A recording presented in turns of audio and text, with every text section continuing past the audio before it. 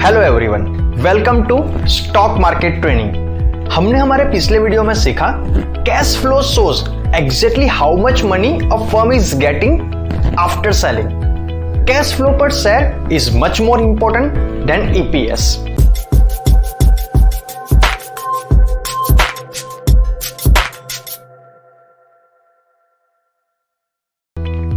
Our today's topic is company fundamentals FCFF per share, in which we will cover what is free cash flow and free cash flow per share, which is more important, EPS, cash flow per share और FCFF per share। चलिए practically समझते हैं। हम example लेके चलते हैं Hindustan Unilever का। मैंने यहाँ पर टिकर वेबसाइट के ऊपर HUL कंपनी के फंडामेंटल्स को ओपन करके रखा हुआ है। जैसे हमने हमारे पिछले वीडियो में सीखा कि ईपीएस के कंपेयर में कैश फ्लो चेक करना ज्यादा जरूरी होता है। तो HUL के केस के अंदर ईपीएस है 29.88, कैश फ्लो पर शेयर है 31.07। लेकिन हम आज उससे भी ज्यादा इंपॉर्टेंट रेशियो सीखने वाले हैं, that is free cash flow per share. अब ये फ्री कैश फ्लो होता क्या है? फ्री कैश फ्लो होता क्या है? Free cash flow to firm indicates the surplus cash that the business is able to generate for its shares holders.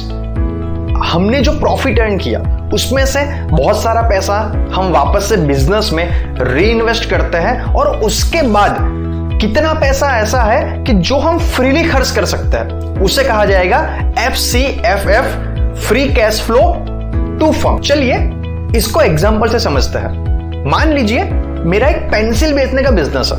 अब मैं क्या करता हूं, मेरी लागत है 20 रुपए, मेरे पास 20 रुपए है। मैं मॉर्निंग में उठ के 10 रुपए की 2 पेंसिल लेके आता हूं और उस पेंसिल को मैं 15 रुपए के अंदर बेचता हूं। तो at the end of the day मेरे पास है 30 रुपीज।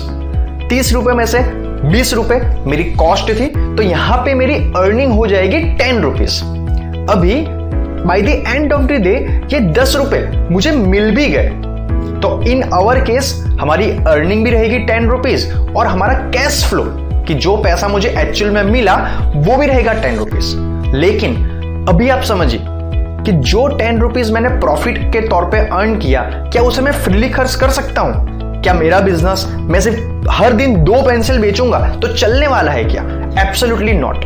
तो मुझे क्या करना है, मेरा बिजनेस को एक्सपांड करना है, ग्रो करना है। बिकॉज ऐसा तो है नहीं कि मुझे एक दिन बिजनेस करना है और फिर उसे छोड़ देना है, मुझे उसको स्टेबल करना है। तो मैं क्या करूंगा कि जो मेरा प्रॉफिट आया उसको मैं मेरे बिजनेस में वापस से री इन्वेस्ट करूंगा। वो 10 रुपए को मैं निकाल नहीं लूंगा, नेक्स्ट डे मैं 2 की जगह 3 पेंसिल लेके आऊंगा और वो 3 पेंसिल को बेच के मैं by the end of the day 15 rupees profit earn करूंगा। और इसी तरीके से जब तक मेरा बिजनेस मुझे इतनी स्टेबल इनकम नहीं देता है जिससे मेरा घर चल जाए, मैं अपने पैसे को उसमें ही री इन्वेस्ट करता रहूंगा। तो इन आवर एग्जांपल हमारी अर्निंग्स तो आई 10 रुपए, कैश फ्लो भी आया 10 रुपए, लेकिन फ्री कैश फ्लो हुआ 0। क्यों? क्योंकि मुझे वो 10 रुपए वापस से मेरे ही बिजनेस में री इन्वेस्ट करना है। चलिए इसको रियल एग्जांपल से समझते हैं। एग्जांपल लेते हैं अंबुजा सीमेंट का। जैसे कोई मशीनरी हैवी इंडस्ट्री होती है, उसमें कैश फ्लो के कंपेयर में फ्री कैश फ्लो बहुत ही इंपॉर्टेंट होता है, क्योंकि अंबुजा सीमेंट पूरा बिजनेस करके पूरे साल के अंदर एक शेयर के पीछे 8.80 रुपीज कमा रही है। लेकिन जो ईपीएस हमें दिख रहा है उसमें से कितने रुपए कंपनी के पास आ रहे हैं, चलिए वो चेक करते हैं। तो कंपनी का कैश फ्लो काफी अच्छा है, उसकी अर्निंग से ज्यादा है, दैट इज 12.51। तो कंपनी के पास कैश फ्लो है एक शेयर के पीछे 12.51 रुपीज का। लेकिन क्या कंपनी ये सारे पैसे फ्रीली खर्च कर सकती है? नहीं। वो हमें पता चलेगा free cash flow to firm per share जो है 6.62, मतलब कि 12.51 रुपए कंपनी के पास आ तो रहे हैं after the end of the year एक शेयर के पीछे, लेकिन उसमें से वो सिर्फ 6 रुपए 62 पैसे ही आगे खर्च कर सकती है फ्रीली। ऐसा क्यों होता है? क्योंकि जो मशीनरी हैवी इंडस्ट्री होती है, पूरे साल में जो भी उन्होंने सेलिंग करी, प्रोडक्शन किया, उसके बाद में उनकी मशीनरी डैमेज भी होती है, उनका मेंटेनेंस भी होता है, रिपेयरिंग भी होता है। तो बहुत सारा पैसा वापस से बिजनेस को री इन्वेस्ट करने में ही लग जाता है। तो जो मनी लास्ट में मेरे पास बचा फ्रीली खर्च करने के लिए, वो मुझे बताएगा free cash flow to firm. जो कंपनी डिविडेंड डिक्लेयर करती है वो भी फ्री कैश फ्लो में से ही होता है। चलिए दूसरा एग्जांपल लेके चलते हैं कि जहां पे EPS, cash flow and free cash flow में बहुत ही ज्यादा डिफरेंस है। कॉक्स एंड किंग्स लिमिटेड, इस कंपनी के अंदर बीच में बहुत सारी प्रॉब्लम्स हुई थी। इसका ईपीएस तो अच्छा दिख रहा है, पॉजिटिव है 8.47। तो अगर तो कोई इंसान सिर्फ ईपीएस को देख के कंपनी जज करेगा तो कंपनी के बारे में अच्छा सोचेगा। चलिए अब देखते हैं कैश फ्लो पर सर, जो है नेगेटिव 36.09। कंपनी ऑन पेपर ऐसा तो दिखा रही है कि कंपनी का प्रॉफिट एक शेयर के पीछे 8.47 है, लेकिन एक साल के अंदर इतने रुपए आने तो दूर की बात है, उल्टा जेब से 36.09 रुपीज जा रहे हैं। क्यों? आप जब पीएलएन स्टेटमेंट में नेट प्रॉफिट और कैश फ्लोज को कंपेयर करोगे तो आपको ये पता चल जाएगा। अभी हम देखते हैं कि कैश फ्लो तो इतना है, बट फ्री कैश फ्लो कितना है। चलिए कैश फ्लो तो नेगेटिव है ही है, लेकिन फ्री कैश फ्लो और भी नेगेटिव है। कंपनी की जेब से हर साल 42.32 रुपीज एडिशनल एक्स्ट्रा जा रहे हैं। कमाना तो दूर की बात है, कंपनी लॉस में चल रही है। तो आपको पता चल चुका होगा EPS, cash flow and free cash flow का जो डिफरेंस है वो कैसे आपको एक बुरी कंपनी जो अच्छे से मैनेज नहीं हुई है वैसी कंपनी को एनालिसिस करने में हेल्पफुल बनती है। अभी ऐसा जरूरी नहीं है कि अगर कैश फ्लो नेगेटिव है तो कंपनी ही बुरी है। बहुत सारे बिजनेस मॉडल ही ऐसे होते हैं कि वो जितना भी प्रॉफिट अर्न करते हैं उसमें से बहुत सारा पैसा वापस से बिजनेस में ही री इन्वेस्ट करना पड़ता है मेंटेनेंस के लिए। चलिए ऐसा एग्जांपल एक समझते हैं। भारती एयरटेल जो टेलीकम्युनिकेशन सर्विस प्रोवाइडर है, in the case of Bharti Airtel EPS तो नेगेटिव है बिकॉज कंपनी पिछले साल लॉस में रही है। कैश फ्लो पॉजिटिव है, भले ही ईपीएस नेगेटिव है बट यहां पे कैश फ्लो पॉजिटिव है 7.38। मतलब कंपनी के पास एक शेयर के पीछे पिछले एक साल के अंदर 7.38 रुपीज आए हैं।